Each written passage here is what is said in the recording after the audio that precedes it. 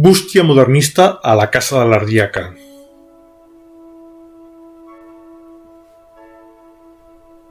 Bústia modernista, de marbre, obra de Lluís Domènech i Muntaner, situada a la façana de la Casa de l'Ardiaca. Obra de Lluís Domènech i Muntaner, per a llavors seu del Col·legi d'Advocats de Barcelona. En aquesta bústia hi veiem unes orenetes, una tortuga i una heura de 7 fulles.